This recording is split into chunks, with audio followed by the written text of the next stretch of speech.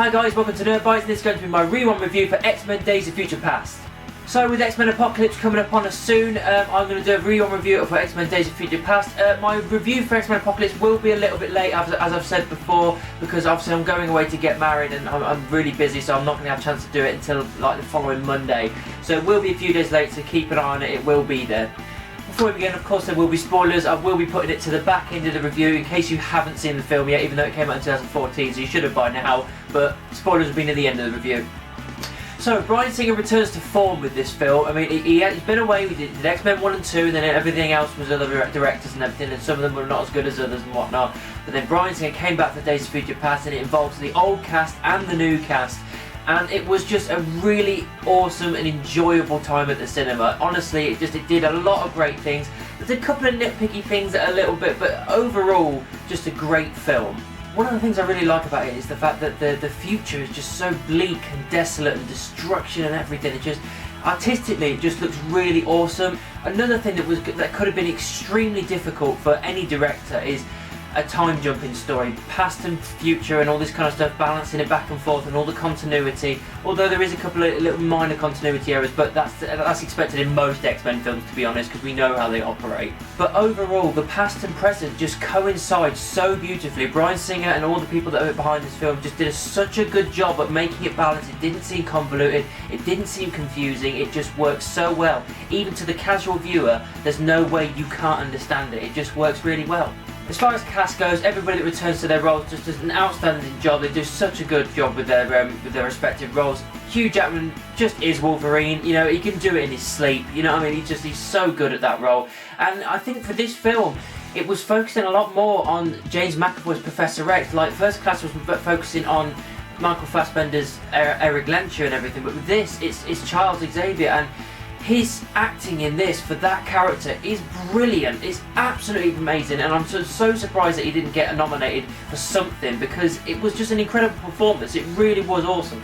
One of the things that was really great as well, the action scenes were done really well, the emotional and like serious moments were done really well, and then you had these little jokes in and out and all this kind of stuff. Everything just cohesively worked really well as a film.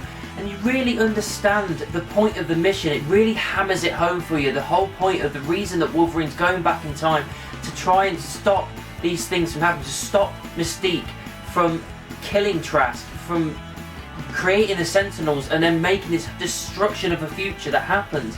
Having all of that stuff, and just, it really hammers home how you know, how desperate they are, and they can't escape anymore. All this kind of stuff. Another person that's awesome, Peter Dinklage. I mean, we all love him in Game of Thrones as Tyrion, but as a bad guy, he was great as well. Playing Bolivar Trask was just incredible acting.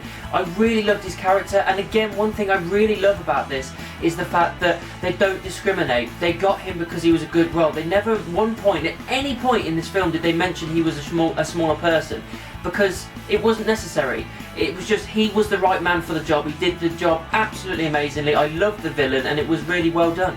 As far as the entire film goes, it really hammers it home about hope, and about, you know, you need like people to hope again. You need to turn this kind of horrible thing that's happening around and make it a good thing. And it hammers it home through like, the entire film and the overarching point of it, and it just really handled really well. We're going into spoilers now, so make sure you go to the end of the video to find my final verdict. Otherwise, keep watching. The Sentinels of the future, God, they're like really intimidating, really quite creepy and scary and everything. The first fight where they're pretty much killing everybody and then sending Bishop back into his time to stop this from happening, kind of thing. It's just really well done, and then the Sentinels are really quite scary. And I love the fact that they use Mystique's powers so that they can adapt to any situation and stop any mutant. It's just really good, because it makes the whole thing just so hopeless and bleak that you can't stop them. There is no way of stopping them except for this one thing of sending someone back in time.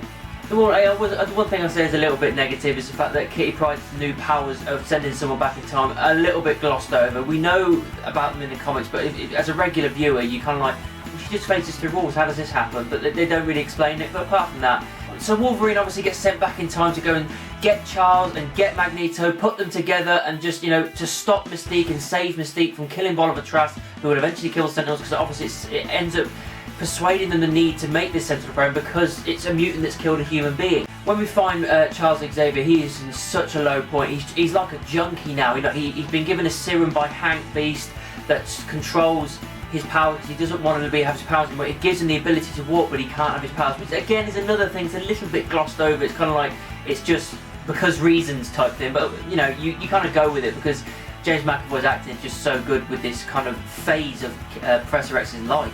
One thing that made me really laugh as well is when Professor X goes up to Wolverine and says, yeah, we came to you a long time ago and I'm going to say to you what he said to them.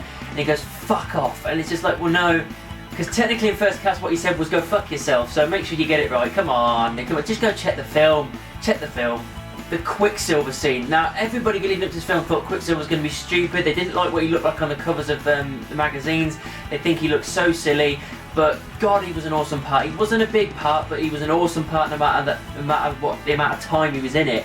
And the scene of when they're busting out Magneto from the Pentagon, and then he has to slow down. Well, he doesn't slow down time. Just he's going really fast and he's going slow, and he's knocking everything into people. He's getting people to punch each other in the face, knock each other out, throwing plates at people, poking them, all that kind of stuff. And then he goes back to normal speed. They all get knocked out, and it's that scene. I mean, I've heard it took months to film, like 3 months to film or something, and put together with all the special effects.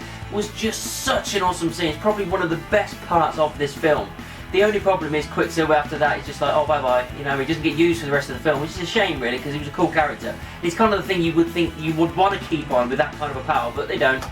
One of my other favourite scenes as well is the scene with two Charleses. He ends up reading Wolverine's mind, going through, and then he ends up being where Wolverine is in the future, and the future Charles can sense him, and they have a conversation between each other. It's the conversation about hope and everything, and it really hammers home trying to get through to the younger Charles. And just the whole scene was just done brilliantly by two amazing actors. Magneto as well. He's definitely the bad guy in this, and it's really cool seeing him be the bad guy in the past but the good guy in the future. It's really a cool contrast, something you don't see very often. Even to the point where he's going to go out and kill Mystique to save mutant kind. He's like, if we kill you, then you won't kill Trask, and therefore you'll save mutant kind. He's literally so hell-bent on doing what he has to do to save mutant kind. The final act as well, the third and final act between past and future is just done brilliantly.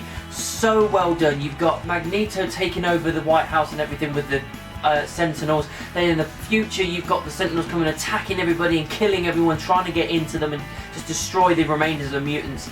And it's just really put together. It goes back and forth really well, knowing that this is the final moment, this is the ditch effort to get it done. Magneto as well, just lifting that stadium up and just taking it across and dropping it around the White House so no one can get out. Awesome plan. It was amazing. That was amazing to see. Another thing you don't really get to see very often is all of your favourite characters being killed at the start of the film and at the end of the film. All of them are getting snuffed out by the Sentinels. I mean, probably the most emotional one was Storm, to be honest. It's just that you think the first wave's gone and then one just pops up straight through her chest and off she goes, and then the emotional music hits, and then you're like, oh god, shit just got real, Storm's dead. It's like, and then everybody starts getting obliterated. Bishop as well. Bishop's in this film, but not a big part. He's just one of the characters that are in the future, and he gets killed a couple of times and whatnot. But it's kind of like, with Days of Future Past, you kind of have to have him in there because he is really integral to the comic book, so you've got to have him in there even if he isn't a big role. And then the final bit where everybody's finally getting killed off and everything, you've got Magneto talking over the top about being afraid of our race and all this kind of stuff, and you should be afraid and all this kind of stuff. And then you've got the final bit where Mystique's deciding whether or not to kill Trask, standing in front of everybody, all the cameras on her. Then you've got Charles talking over her, and it's another great speech, just as you see an Iceman in the future being killed, and the Sentinels are making their way in, just about to kill the remainders of them, sitting in there. And you've got this really good moment. He's just trying to say, I'm not going to control you, but you have to make the right decision here. And she obviously does. She drops the gun, and just as the Sentinels are firing in on all the rest of the X-Men, it just goes and it fades and it's gone. She's changed the future, and everything has changed again. And it kind of knocks all the other films out of continuity, but fuck it, doesn't matter. It was awesome. One of the most emotional scenes is right at the end when Wolverine wakes up in the saved future timeline.